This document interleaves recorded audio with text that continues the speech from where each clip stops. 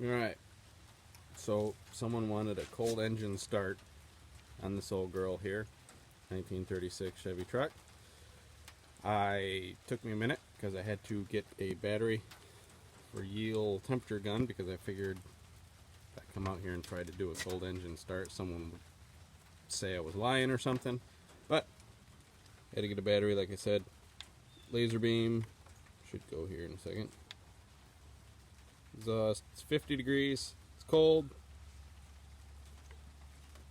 Intake 49. It's cold as cold gets, right? Hasn't been started, been sitting all night long, and it's cold and rainy out.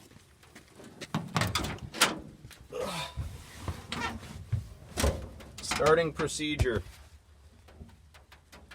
I don't know if I need it. I haven't ever tried it differently, but I always pump the gas twice because that's what I've always done on a carbureted vehicle. So 1, 2, turn the power on. I did switch from my push button because it was being weird, and once I switched off my push button, it works. But this is the starter, just toggle on, start, off, and fuel pump.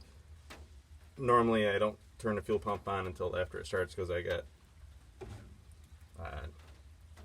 carburetor bowls are full of gas, so what the heck, right? Here we go.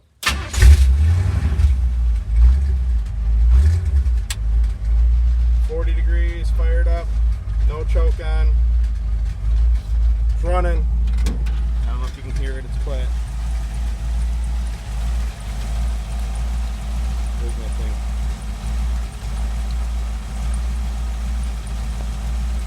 Already running, right?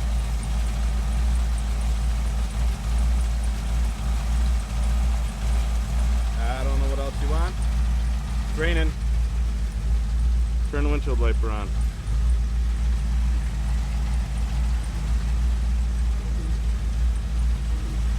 Purrs like a kitten. I hope that works. If you have any questions, go ahead and give me a call.